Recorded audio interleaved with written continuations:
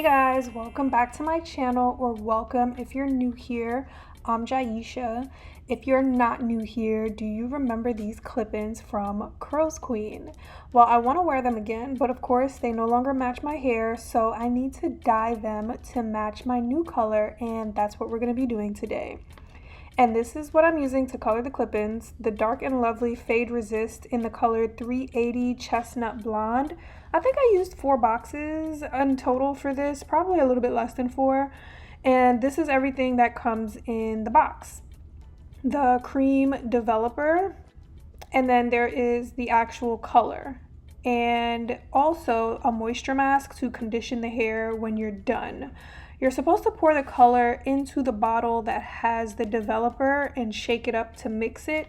But I bought this little mixing bowl and brush because I just thought it would be easier for the clip-ins since I'm not applying it to my actual hair.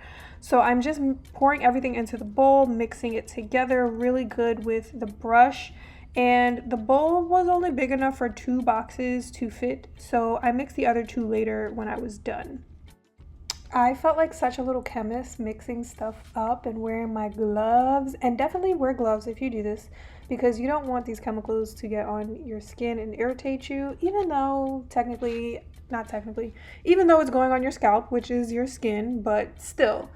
So this was my first time ever coloring hair.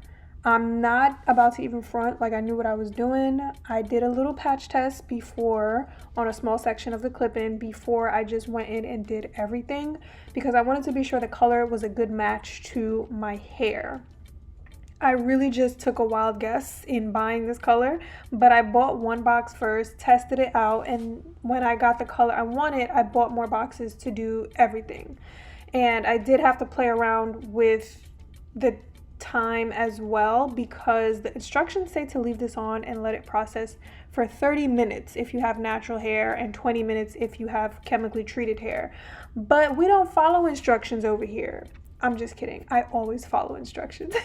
I sound like such a nerd. But anyways, I did it for 30 minutes the first time, and it was too dark. The color did not look anything like what it said on the box. So I tried another patch test and I did it for an hour, or maybe a little bit over an hour, and it came out better. The color was much closer to what I wanted. So that was my test before coloring all of the hair.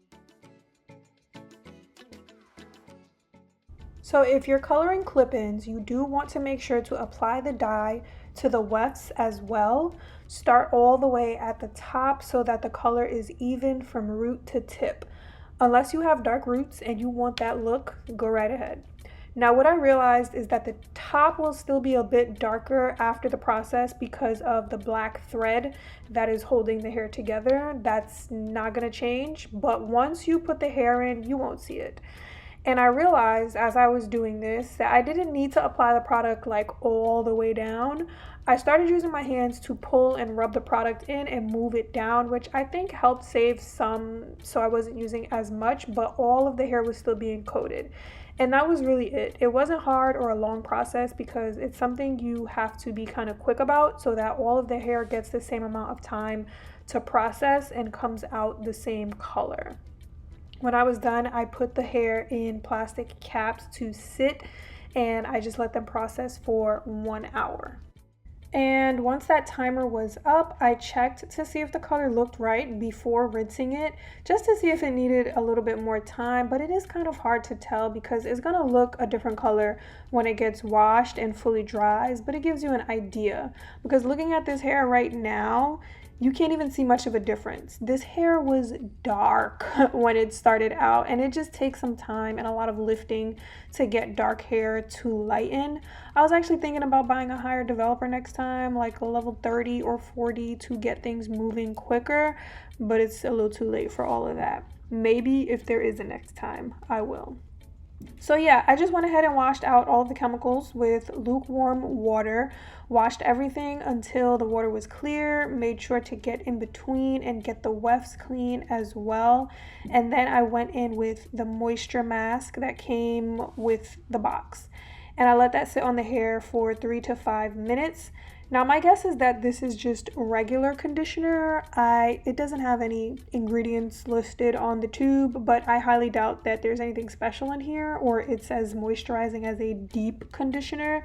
But it's still good to put some moisture back into the hair after applying color because it can be drying and your cuticles are open, so get that moisture in there. Like I said in my last video, I'm gonna take care of my clip-ins the same way I do my own hair. Actually, I'd probably use a deep conditioner if this was the hair on my head, but here we are. And while my clip-ins were air drying, I braided my hair down. Y'all, please don't come for me about my braiding pattern.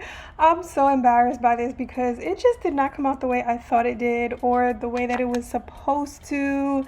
Okay, I just wanted to leave the front of my hair out for the leave out, and I was trying to do that up and down pattern in the back where you connect the braid to the next one, just so that I didn't have to leave all of my braids hanging on the back of my neck and then I would have to pin them up because it's too much. This makes less braids for me to have to pin, but it just looks crazy.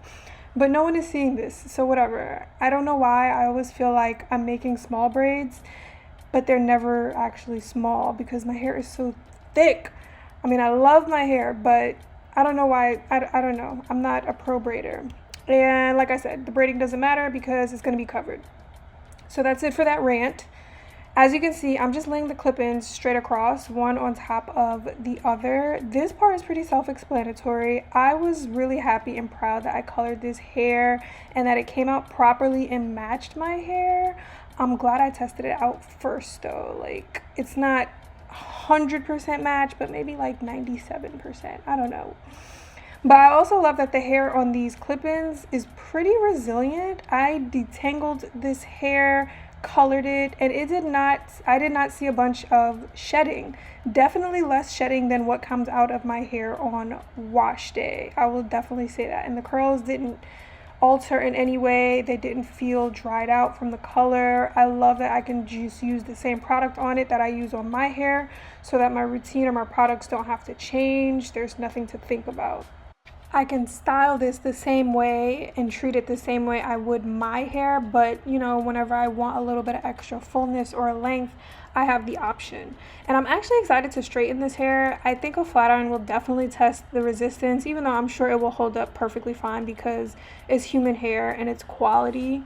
So I think it would match my hair really well if I straighten it because it's naturally curly instead of super silky straight hair because my hair is textured, so it's not going to be silky straight. So we'll see. Maybe that will be another video.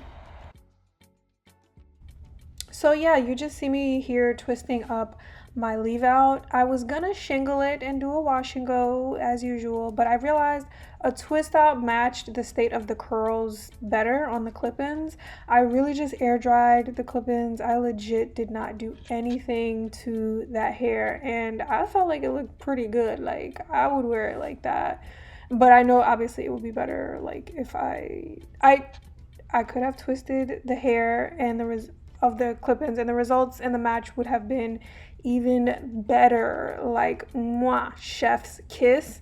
But damn it, I was tired of dealing with hair at this point. Nothing worse than doing a style so that you don't have to do your own hair, but you still end up having to do your hair. And I really didn't even leave these twists in for that long, and they came out like so perfect. A little too perfect, actually. So I just went ahead and blended the hair and the clip-ins together to make it look a little bit more seamless and natural. I feel like if this had a few face framing layers cut in the front, it would have really taken it to the next level. But I'm not messing around with scissors because I don't want to mess up the hair. I don't know how to cut layers and all that stuff, and once it's gone, it's gone. The hair is not coming back, so I didn't want to take that chance. And then how does it even work when I reapply the clip-ins if they're all different lengths? If I cut it, like, do I have to have a map of which one goes where to get the same look? I don't know, but I wasn't taking the chance. So I just laid my edges a little bit with some Shine and Jam, and that was really it. Like, this is the final look. I was very impressed with myself, and I'm ready for this to be my style for the rest of the summer. And that is it. Thank you guys for watching. Hit the thumbs up button if you enjoyed this video, and don't forget to subscribe to my channel if you would like to see more of me, and I will catch you in my next one. Bye.